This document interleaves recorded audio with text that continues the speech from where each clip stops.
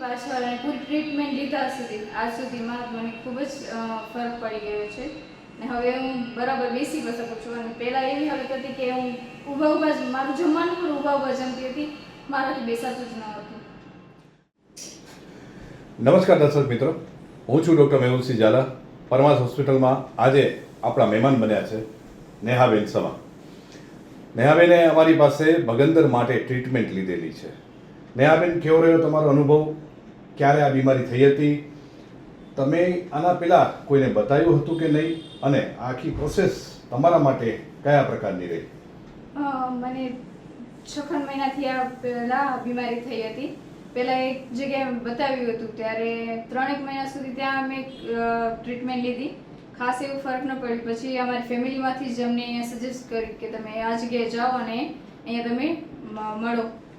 ત્યાર પછી અમે અહીંયા આવી અને મેહુલ સરને મળ્યા. તેમણે અમને બરાબર માર્ગદર્શન આપ્યું કે કેવી રીતે આ બીમારી જે છે એનો કઈ રીતે ઉકેલ થઈ શકે છે, અને સર્જરીનો ઓપ્શન બતાવ્યું કે સર્જરી આ જે છે બીમારી નષ્ટ થઈ શકે છે.